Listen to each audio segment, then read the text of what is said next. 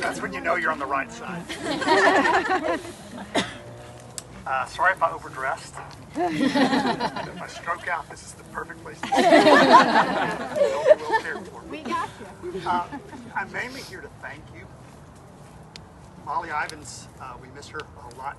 Older Austinites used to say, even if you are not in a union, you don't have a union job, thank a union person whenever you see them. Because the rights that we all share were hard-won union organizers over the year, and there is no left if there's no workers' movement. Right? What's being called the left or liberal is very superficial until it goes down to the roots of the experience of real people in real working conditions. Martin Luther King credited the labor movement with the core principles of every other form of human right. So I hope that you feel the importance of what you're doing. I hope you feel the power.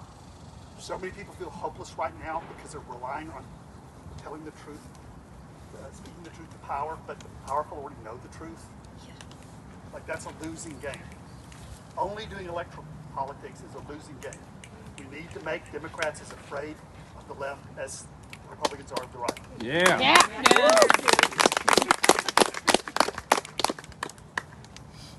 Whether you call it class struggle or not, it's not important. There is a struggle for the soul of this nation, and I think everybody feels it.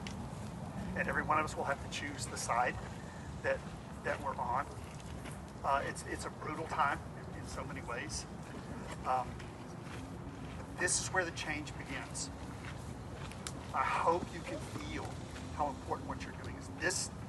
You've joined a parade that goes back to prehistory, of courageous people that have stood up against impossible odds. Some of them crossed over in their own lifetime, others gave us a torch with which to carry on. You are living out the core of the struggle for human rights, and what you're doing, you're helping yourself. But anybody who's been to a hospital, and obviously as a minister I go to hospitals a lot, you've seen the difference as the focus shifted from the patient to administration. And you can see it every year in my ministry. So what you're doing is also for patients, but it's really for us all. Because just voting is not democracy, right? Just voting on which first person tells you what to do is not democracy. If there's tyranny in your workplace, that's where the democracy has to be born. Democratizing the economy is the next step for America, and you've already taken that step. So I think if Molly was here, I think Diane were here, if so many wonderful people were here, they would just say thank you. Please know that what you're doing is a sacred thing. Thank you so much.